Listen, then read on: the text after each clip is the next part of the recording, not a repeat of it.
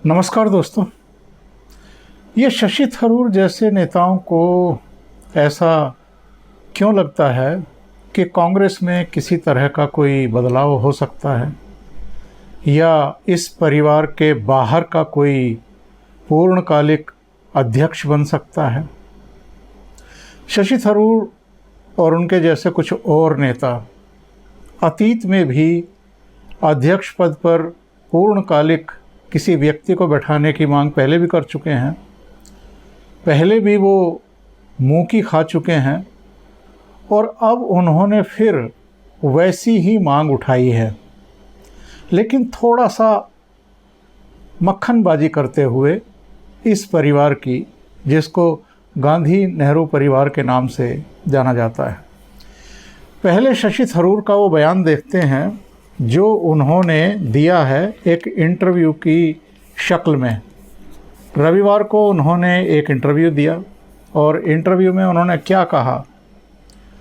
उन्होंने कहा कि अगर ऐसा नहीं किया, यानी पूर्णकालिक अध्यक्ष नहीं बनाया गया, तो जनता के बीच यह धारणा बलवती होगी कि कांग्रेस दिशाहीन होकर बिना पतवार के भटक रही है।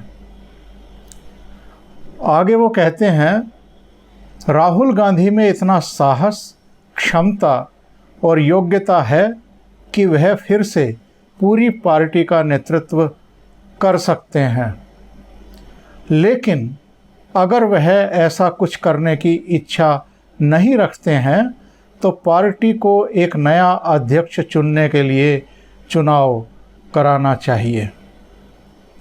पहले कहते हैं, अगर ऐसा नहीं किया गया तो जनता के बीच यह धारणा बलवती होगी कि कांग्रेस दिशाहीन होकर बिना पतवार के भटक रही है। यानी जो राहुल गांधी हर मुद्दे पर बयान दागते हैं, सवाल खड़े करते हैं, और अध्यक्ष हों या नहीं हों, अंतरिम अध्यक्ष भले ही उनकी माताश्री हों, पर कमान तो यही संभाले हुए हैं। लोकसभा चुनाव में पार्टी की करारी हार के बाद जो सो कॉल्ड नैतिक जिम्मेदारी लेते हुए इन्होंने अध्यक्ष पद छोड़ा था, उसके बाद भी इन्होंने पार्टी की कमान तो छोड़ी नहीं है। एक तरीके से अध्यक्ष पद पर, अंतरिम अध्यक्ष पद पर भले ही उनकी माताजी आ गई हों, और इनकी माताजी भी ये कह कर के आई थी कि मैं इस पद पर 6 महीने रहूँगी, लिहाजा 6 महीने में पार्टी नए अध्यक्ष की तलाश करे। इसके बाद स्वास्थ्य कारणों से उन्होंने कहा था कि मैं फरवरी तक इससे मुक्त हो जाऊंगी, लेकिन अभी 10 अगस्त उनको अंतरिम अध्यक्ष के तौर पर भी 1 साल हो गया है, और अभिषेक मनु सिंघवी का बयान आ गया है कि जब तक वैकल्पिक व्यवस्था नहीं हो जाती है, यानी पूर्णकालिक अध्यक्ष नहीं मिल जाता है, तब तक सोनिया गांधी ही पार्टी का नेतृत्व करती रहेंगी, और इसके लिए पार्टी के संविधान में अगर कोई संशोधन करना होगा तो CWC की मीटिंग बुला करके कर लिया जाएगा।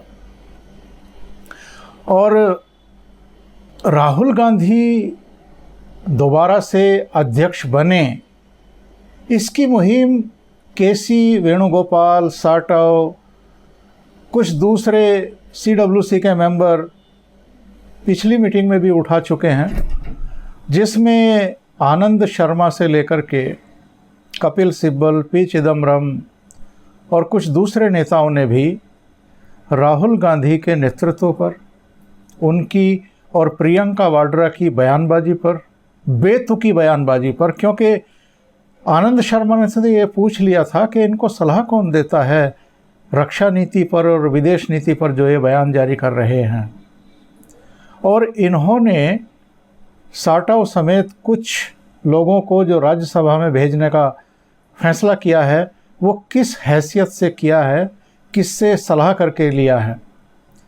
उस मीटिंग में ये साफ हो गया था कि राहुल गांधी का दोबारा से अध्यक्ष बनने का रास्ता इतना आसान नहीं है, क्योंकि पार्टी के भीतर ही CWC के मेंबर अगर उनकी काबिलियत को लेकर के और वो जो बयान जारी करते हैं रक्षा नीति को लेके, विदेश नीति को लेके, अर्थ नीति को लेकर के, उस पर भी अगर सवाल खड़े होने शुरू हो चुके हैं तो फिर कैसे वो अध्यक्ष बन जाएंगे।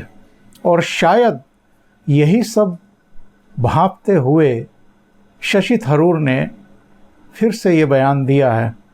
और कुछ इससे मिलता जुलता बयान ही अभिषेक मनु सिंघवी का भी आया है। वो भी कह रहे हैं कि पार्टी को पूर्णकालिक अध्यक्ष चाहिए। पर क्या सोनिया गांधी के रहते, यानी सोनिया गांधी की इच्छा के खिलाफ कोई उनके परिवार के बाहर का कांग्रेस का पूर्णकालिक अध्यक्ष बन सकता है? सोनिया गांधी राहुल गांधी को ही पूर्णकालिक अध्यक्ष देखना चाहती हैं। जब 2019 के लोकसभा चुनाव की करारी शिकस्त के बाद और खुद अमेठी से चुनाव हार जाने के बाद राहुल गांधी ने सो कॉल्ड नैतिक आधार पर ये अध्यक्ष पद छोड़ा था और ये कहा था कि अब हमारे परिवार से कोई अध्यक्ष नहीं बनेगा, किसी बाहर के व्यक्ति को तलाश करिए और उसको अध्यक्ष पद पर बैठाइए। तब लगा था कि शायद ये परिवार अब अध्यक्ष पद छोड़ना चाहता है।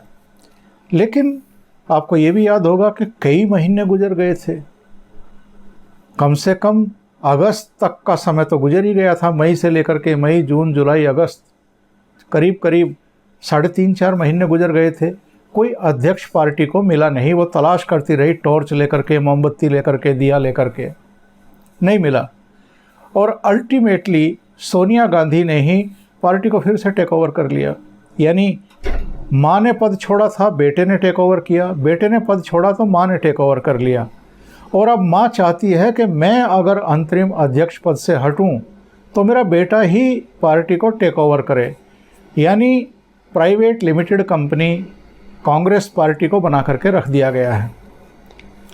और जो अध्यक्ष पद पर आ सकते थे या जो पार्टी का नेतृत्व संभाल सकते थे, जो ज़मीन से जुड़े हुए नेता माने जाते हैं, उनको तो एक एक करके धकिया करके जो पुरानी पीढ़ी है वो पार्टी से बाहर निकाल रही है।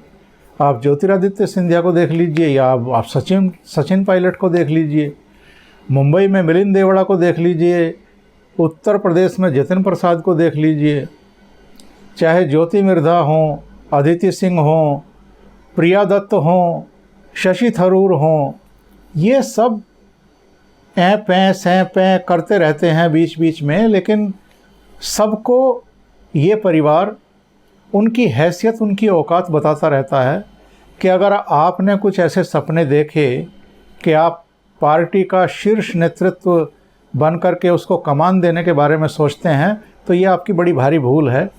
ये पार्टी इसी परिवार की है, इसी परिवार की बंधक है, इसी परिवार की बंधक रहेगी।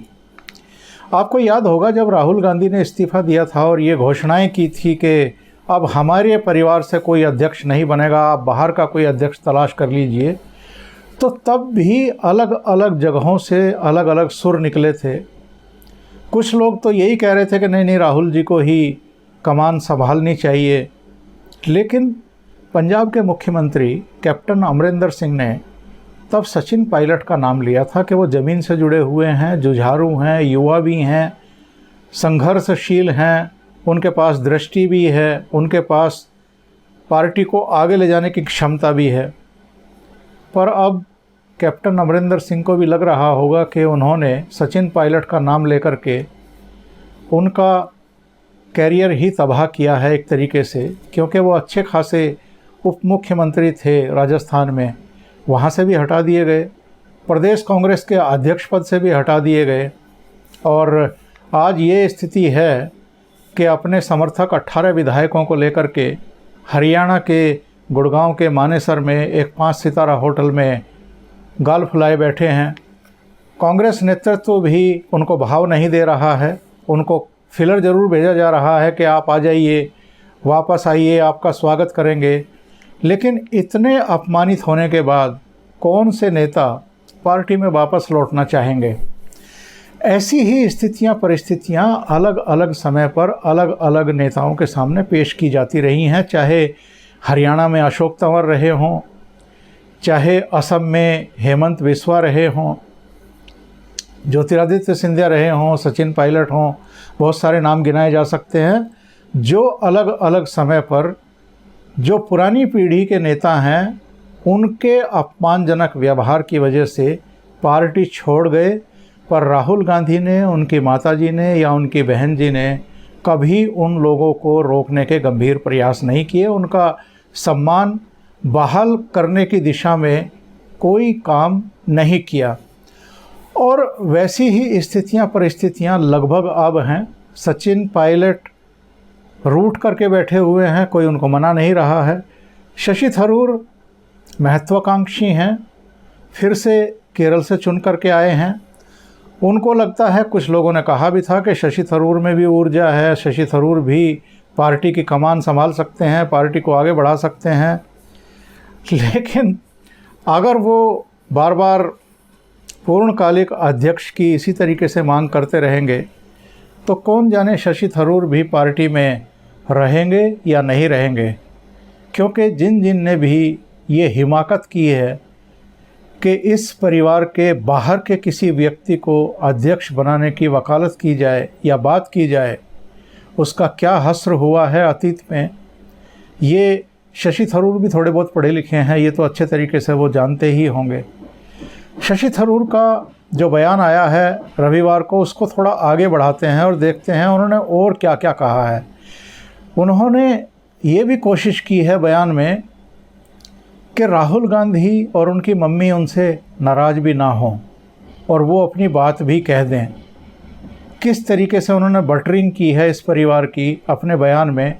उन्होंने ये भी कहा है कि पूर्णकालिक अध्यक्ष बनाया जाए, लेकिन साथ में राहुल गांधी को भी बड़ा काबिल बताया है और ये कहा है कि उनमें इतनी क्षमता है, इतनी योग्यता है, इतना विज़न है उनके पास कि वो पार्टी को आगे लेकर के जा सकते हैं। उनके बयान का अगला अंश देखिए ज़रा। वो कहते हैं कि मेरा निश्चित तौर पर यह मानना है कि हमें अपने नेतृत्व के आगे बढ़ने के बारे में स्पष्ट होना चाहिए। हमें लोगों में बढ़ती और मीडिया की ओर से तूल दी जा रही यह धारणा को ख़त्म करना होगा कि कांग्रेस विश्वसनीय राष्ट्रीय विपक्ष की भूमिका निभा पाने में अक्षम है। और अपने बयान में वो कहते हैं कि एक पूर्णकालिक अध्यक्ष तलाशने की प्रक्रिया में तेजी लाकर कांग्रेस को फौरन इस मुद्दे का समाधान करने की ज़रूरत है। यदि राहुल गांधी फिर से नेतृत्व करने के लिए तैयार हैं तो उन्हें अपना इस्तीफ़ा वापस लेना होगा। यह दिसंबर 2022 तक सेवा देने के लिए चुने गए थे और उन्हें फिर से बागडोर थामनी होगी। वो ये भी कहते हैं अपने बयान में, लेकिन यदि वह ऐसा नहीं करते हैं तो मेरा यह निजी विचार है कि कांग्रेस कार्य समिति और अध्यक्ष पद के लिए चुनाव कराए जाने से निश्चित रूप से पार्टी के हित में कई परिणाम आएंगे। अब यहाँ से उनकी इस परिवार की बटरिंग शुरू होती है। वो कहते हैं, लॉकडाउन के दौरान अपनी गतिविधियों के जरिए, चाहे वो कोविड-19 का मुद्दा हो या चीन की घुसपैठ का, राहुल गांधी ने अकेले ही मौजूदा सरकार को उसके कार्यों और नाकामियों के लिए जवाबदेह ठहराने का उल्लेखनीय काम किया है। इससे पता चलता है कि कांग्रेस में अगर कोई दबी छिपी जुबान से कुछ अच्छे से शब्दों का चयन करके अगर जो घुटन का माहौल वहाँ पैदा हो गया है और चारों तरफ से सुरंग अगर बंद दिखाई दे रही है, कोई रास्ता दिखाई नहीं दे रहा है, जब पार्टी के जनों को भी ये लगने लगा है, नेताओं को भी ये लगने लगा है कि ये परिवार पूरी तरीके से कुंडली मार करके बैठ गया है अध्यक्ष पद पर और छोड़ भी नहीं रहा है, किसी को चुनने भी नहीं दे रहा है, तब इस तरह के सुर निकलते हैं कि एक तरफ आप पूर्णकालिक अध्यक्ष की मांग भी कर दीजिए, दूसरी तरफ आप राहुल गांधी, सोनिया गांधी वगैरह की थोड़ी बटरिंग भी कर दीजिए ताकि इनके पार्टी से बाहर का रास्ता दिखाने का मौका इस परिवार को ना मिले। पर जो बाकी की लीडरशिप है अलग अलग प्रदेशों में और केंद्रीय स्तर पर भी, वो कार्य समिति की बैठक में तो राहुल गांधी की, उनके बयानों की, उनके तौर तरीक़ों की, जो भाषा का यूज वो प्रधानमंत्री के बारे में करते हैं उसकी टिप्पणी करते हैं, टीका करते हैं, लेकिन कार्य समिति से बाहर इंटरव्यूज़ में या वैसे सार्वजनिक तौर पर उनकी हिम्मत नहीं है अभी भी कि इस परिवार जिसको हाई कमान कहा जाता है, एक्चुअल में ये हारी कमान है, इसके खिलाफ एक भी शब्द बोलने की हिमाकत करें।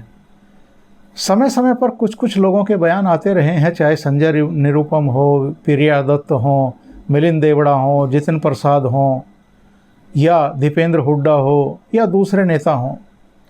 जब कश्मीर का मुद्दा आया था तब डॉक्टर करण सिंह से लेकर के जनार्दन द्विवेदी और तमाम दूसरे नेताओं ने भी बयान दिए थे। और आपको याद होगा हरियाणा में भूपेंद्र सिंह हुड्डा ने तो 370 हटाए जाने का स्वागत किया था, क्योंकि वो जानते हैं कि लोगों का मूड क्या है। और हरियाणा ऐसा राज्य है जहाँ से भारतीय सेना में हर 10वां जवान इसी स्टेट से है। तो कितनी बड़ी कीमत जम्मू कश्मीर के इशू की वजह से हरियाणा के लोगों को उठानी पड़ी है, क्योंकि उनके बच्चे शहीद हो जाते हैं सरहद पर लड़ते हुए, आतंकवादियों से लड़ते हुए।